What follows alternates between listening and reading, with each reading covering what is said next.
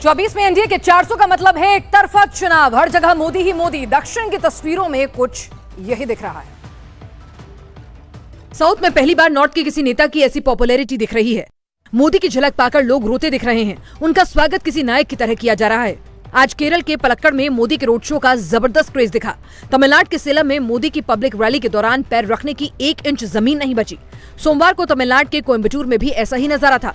तमिलनाडु में बीजेपी को मिल रहा ये जन समर्थन पूरा देश देख रहा है। इंडी अलायंस वाले लोग बार बार जानबूझकर हिंदू धर्म का अपमान करते हैं।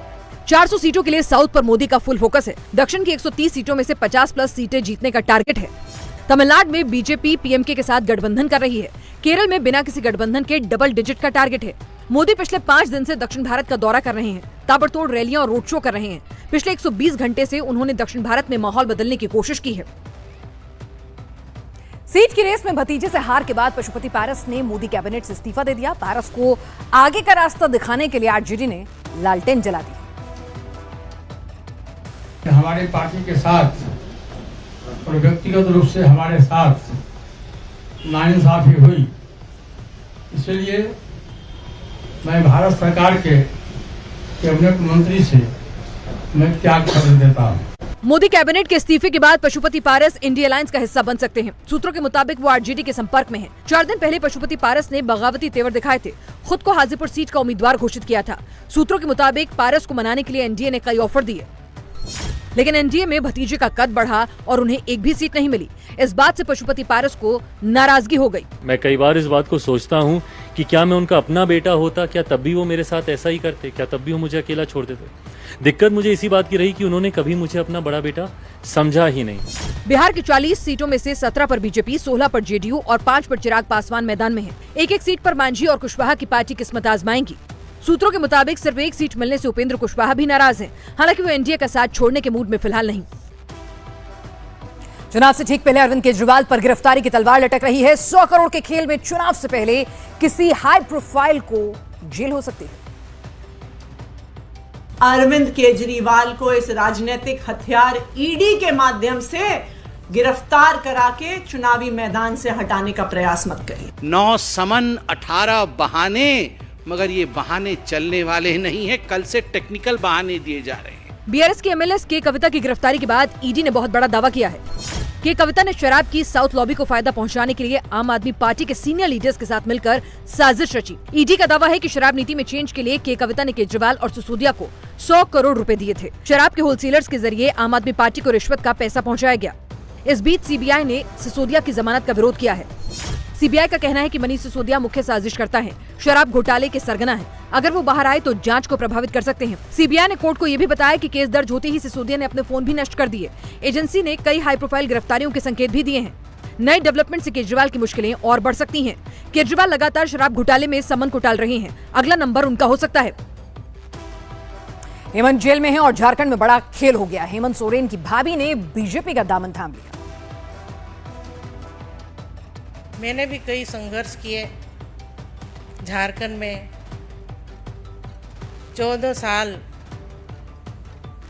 झारखंड मुक्ति मोर्चा पार्टी में रही, लेकिन आज तक उपेक्षित ही रहा। मेरे पति का योगदान रहा झारखंड अलग राज्य को बनाने में, और आज के डेट भी झारखंड विकास से कोसों दूर है।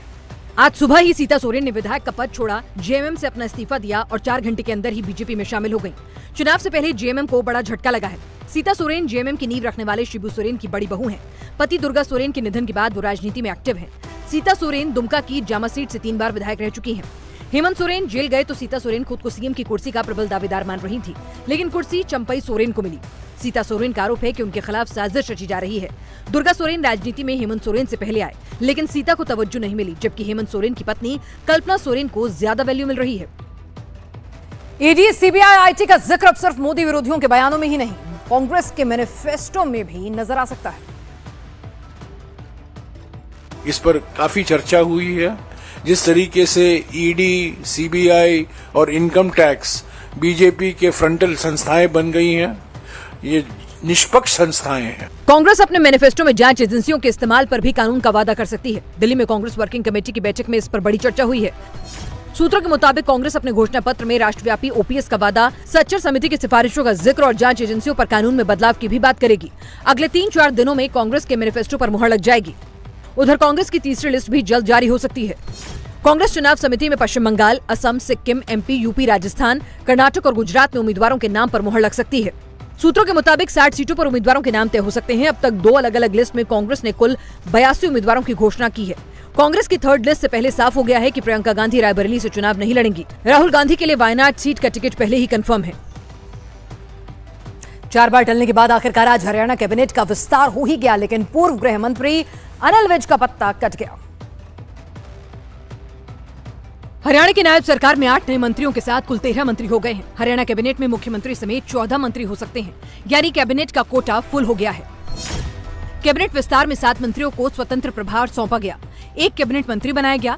विधायक संजय सिंह, विशंभर वाल्मीकि, सुभाष सुधा, अभय यादव, असीम गोयल, महिपाल ढांडा, सीमा त्रिखा और डॉक्टर कमल गुप्ता को हरियाणा कैबिनेट में जगह मिली। कैबिनेट विस्तार में अनिल विज का पत्ता साफ हो गया है। खट्टर सरकार में गृह मंत्री रह चुके अनिल विज को नई कैबिनेट में जगह नहीं मिली। खट्टर के इस्तीफे के बाद नायब सिंह सैनी को सीएम बनाए जाने के फैसले से अनिल विज नाराज थे। विज 12 मार्च को सीएम के शपथ में भी शामिल नहीं हुए। जेजेपी से गठबंधन टूटने के बाद मनोहर लाल खट्टर ने इस्तीफा दे दिया था। इसके बाद नायब सिंह सैनी को मुख्यमंत्री बनाया गया। सैनी ने 5 मंत्रियों के साथ शपथ ली थी। लोकसभा चुनाव से पहले कैबिनेट विस्तार में कास्ट फैक्टर का ख्याल रखा गया है। भवानी खेड़ा के विधायक विशंभर वाल्मीकि कैबिनेट में दलित चेहरा है। आईएएस पद से इस्तीफा देकर राजनीति में आए अभय यादव को भी कैबिनेट में जगह मिली है।